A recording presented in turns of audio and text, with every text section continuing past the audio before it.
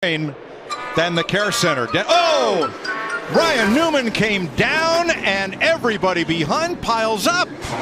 I saw a lot of rear tire spin on that restart. I think a lot of guys were struggling with grip and they just started losing control.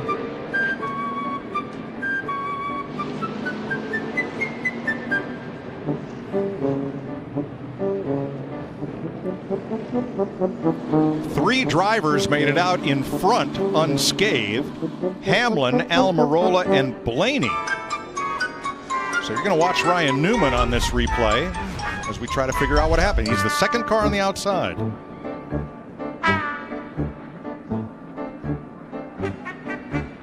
Maybe it could have been contact. Could have been contact from the 24 and that nose on that Camaro of William Byron as he gets to the rear bumper of Ryan Newman. And it looked like he had been hit by the 4 of Kevin Harvick, which may have sent him into Newman.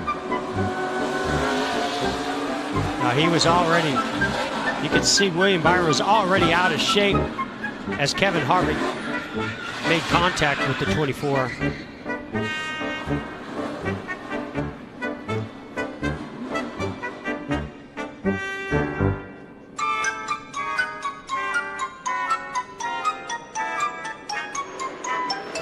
Boy, it wasn't much. It's interesting how, you know, he touches the 6, he starts spinning the wheels, losing control. Then the 24 starts losing control and gets hit. I don't even know if he got hit. I think he just lost it. Spun the tires? Yeah, I think when he made a little contact with the 6, then he jumped in the gas and started losing the rear grip and spinning the rear tires.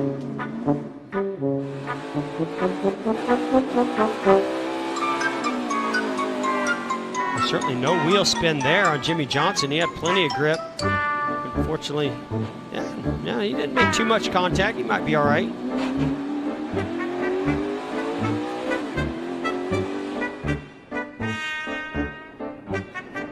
Yeah, Byron's 24 just slews sideways, but so did the 6 of Newman. And that's what I'm trying to figure out. How much contact was there between those two to cause both of those cars to start losing grip in the rear tires? Whoa, almost turns Denny Hamlin. Almost turned him again. Man, this is wild back here on the back straightaway. Got Boyer giving a big, Hamlin goes around. I bet that fender caused that right rear tire to go down.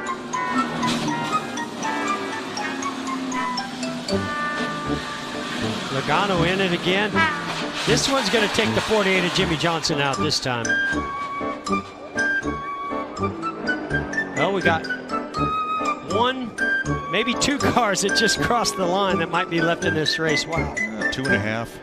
And about 3 more coming. Oh, my.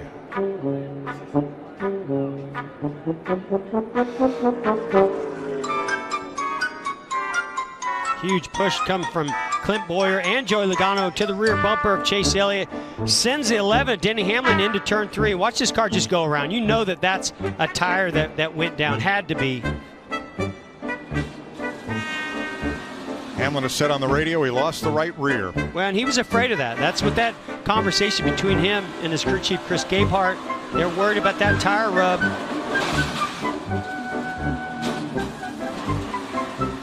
Here's Hamlin's radio. Yeah.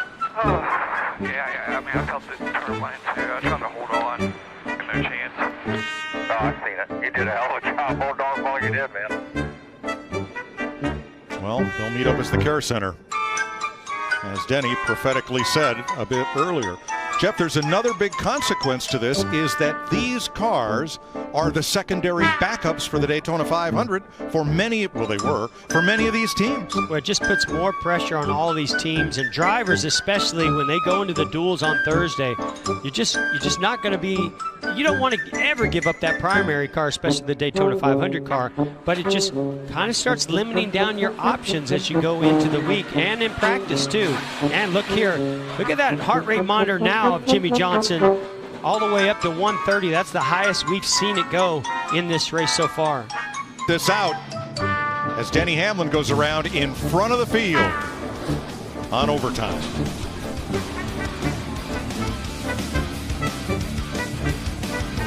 When you're in a pack like this, especially when you're a rookie. Oh, there it goes. Lost away himself upside down is the 45 of Majeski.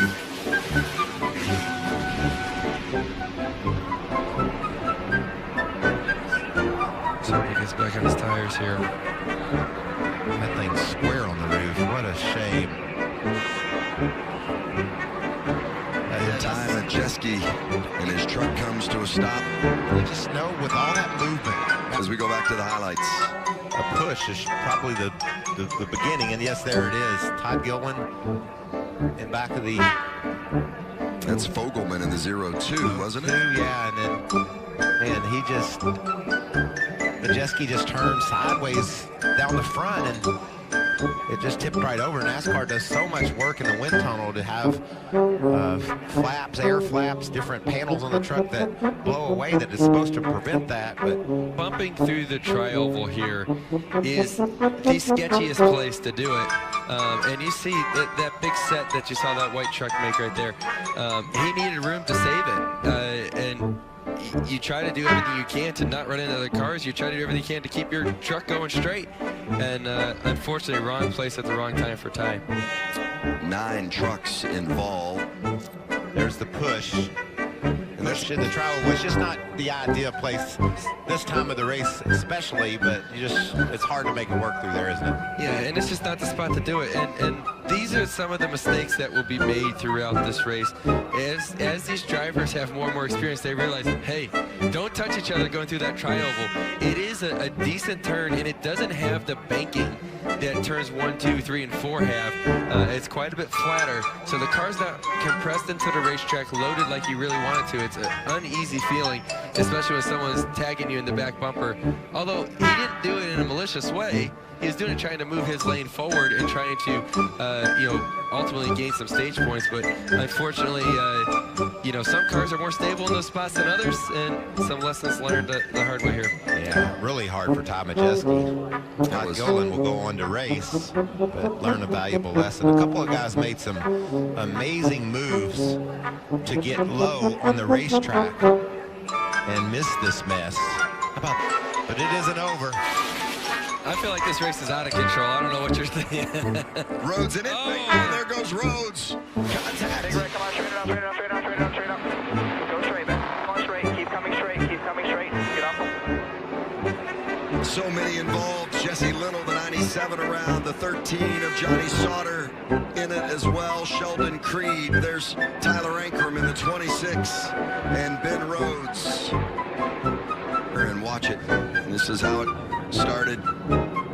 Ben Rhodes from the bumper of Johnny Sauter, but you don't know. He might have been sideways already. These guys were just so close and pushing so hard.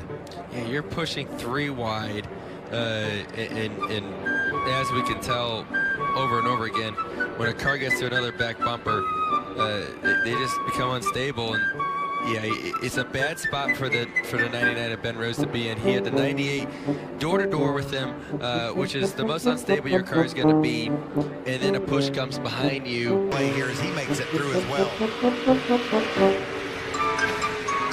That's what you call cool under fire right there. Backed off the gas. It was why Johnny hit him. Could be right. Todd Gillen in that 38. He's had such a strong truck tonight. Here's the 51 of Riley Herbst. Look at the move by Hill in the 16, right around the outside of Herbst. So many involved and those at the last second. Another great move by the black truck here. This is Corbin Forster on the bottom, about to the outside wall, just squeezed through that hole. Great driving. Clear, yes. Comes up right in front of Gregson. Oh, Rick. We got trouble. That's Jeff Burton. Austin Cindric around. A lot of great cars right here. Oh, no. What a piece.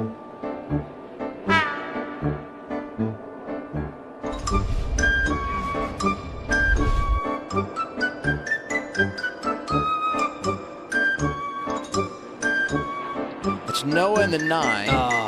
And Allgaier right behind him. Yeah, so in my opinion, I think what happens is Ross there goes to make a move to the inside, and it looks like Noah was going to get to his outside. Ross pulls back up to block it, and Justin ends up on Noah's left rear quarter panel, which is a terrible spot to be. Yeah, you see it right there. Yeah, you want to push on that right rear quarter panel. I'm with you. It looked to me like when Ross moved up, Noah maybe had to check up just a little bit. Right. And that's one of those instances that it's almost like you have a magnet on your two bumpers, and you're off the gas, and you're trying to slow down, but you cannot get off of the car in front of you. Let's listen in on Allgaier pushing the 9 from behind. I'm sorry, y'all. The 10 tried to block Noah, and he had nowhere to go. It wasn't his fault. I got no fuel pressure here. Must have knocked the fuel line off of it.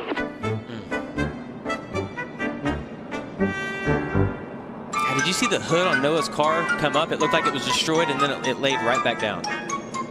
Saw Brandon Brown sliding through there in the 68. Got heavy damage.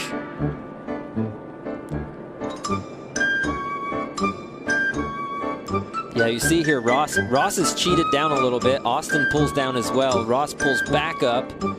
And it looks like Noah gets a run and wants to get to his outside. And he pulls up to block it, and it ends up with Allgaier right on Noah's left rear quarter panel, which is a very vulnerable spot. Let's hear what they said on the radio of Ross Chastain. Was right in front of that duo from JRM. On board with Chase Briscoe, who had the damage earlier.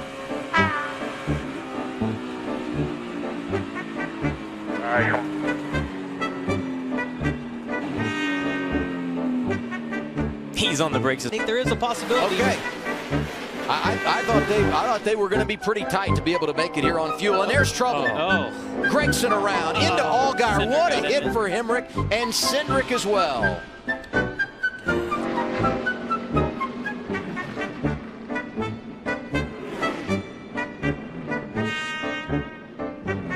Keep seeing it time and time again off of turn 2. These guys are struggling with it today. This one here, a number of the guys that we thought were going to win this race.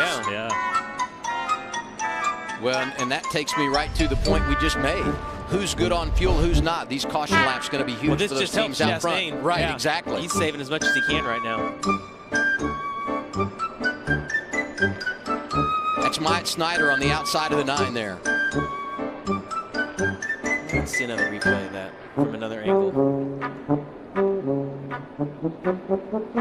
What a move by the one of Michael Annett to get through all that. He was right in the middle of where it all was happening. You could see that Myatt Snyder was on Noah Gregson, but what you couldn't tell was the 22 pushing Myatt Snyder. Because it looked like they made contact and then they were good, and then they hooked again. There was 2 contacts that happened off the corner. The first one, I believe Noah looked or felt like he was going to be clear coming off the corner there, and when he wiggled just a little bit, they had the contact, and then it looked like the 21 perhaps got frustrated that they had the contact and maybe just finished the deal off here. You'll see that was the initial one where he thought he was clear, he wasn't, and then here's the next move, and that's the one that causes the wreck. Yeah, but it looks like the 21 gets jacked up at the same time. Perhaps the 22's right on top of him. It's kind of like a chain reaction right there. Brett Moffitt also made a really good move to get through there. Jeremy Clements in the 51. Stephen Parsons in the 99. And Ryan Sieg, once again. Car fell off big time. He said he was in a 4-wheel drift there. Oh, the huge wreck on pit road. We talked about how narrow it was, and look at this. They're piled up at the end of pit road. Piled up. There's like 6 cars you can't even get by. Huge damage to the 48, the 37 we see in there. Unbelievable. The chaos back here. Corey LaJoie in the 32. They start coming on pit road, and they just all got stacked up right there. One driver had to slow up because of a guy turning into his pits, and then they just all stacked up. This is the narrowest pit road on the series. 24 feet.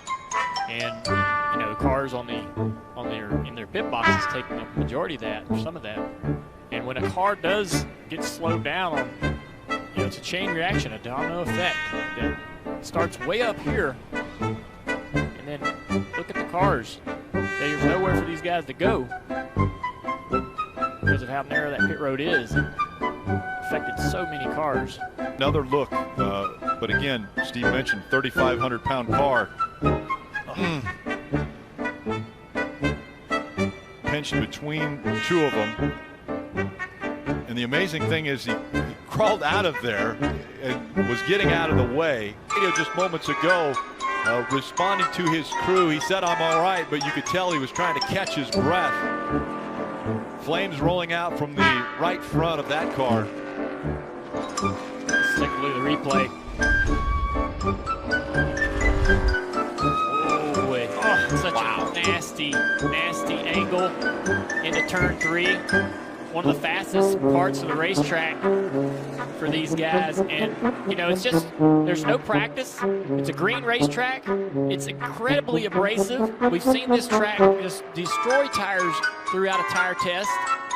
These tires, even this far into the race, are still not able to go through an entire run.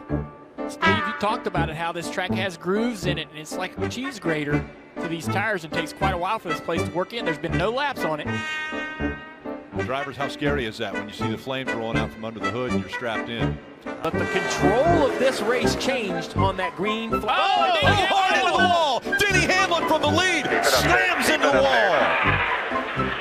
Again, we see a right side, right front failure, and Hamlin hard into the wall. Down there if you can. Catch your breath. Talk.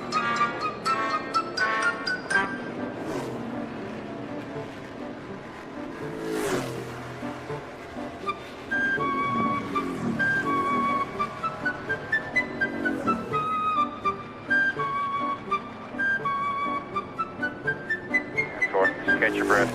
They're with you now. Off into turn 1, and the right front goes. Some big impacts today. It's such a big hit. It's so surprising to me, too, because we've just been talking about it for the last several laps about the clean air that he's enjoyed. And one thing you wonder, Junior, is, you know, with the cooler temperatures, right? It's gotten more speed. Yeah, it's probably faster than it was. Clean air, just carrying so much speed. You just wonder if that, you know, that's extra pressure on the tires. And you have to acknowledge that his teammate Jones had an issue. Yep. The 18, Kyle Busch talked about having a vibration just before Jones had his accident.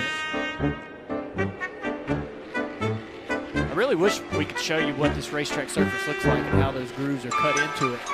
They kind of run parallel with the race car. Very sharp.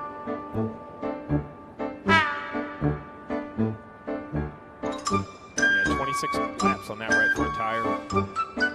You have to ask yourself as you look through the rest of the field, what does everybody else do now? With only 5 laps to go, you would definitely want to stay up. We're hearing a lot of buzz about some other possible vibrations in the top 5 or 10. And as a driver, you come by and you see this, or as a crew chief, you see this, and now you have to perhaps change. Good for him. Stuck with his plan, right? Everybody was questioning. Big crash. The caution is out, and Austin Cindric, for the first time in 2020, is a winner. He gets it done at Kentucky.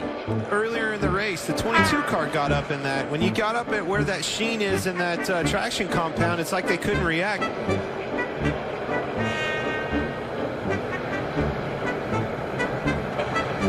See him loose under him.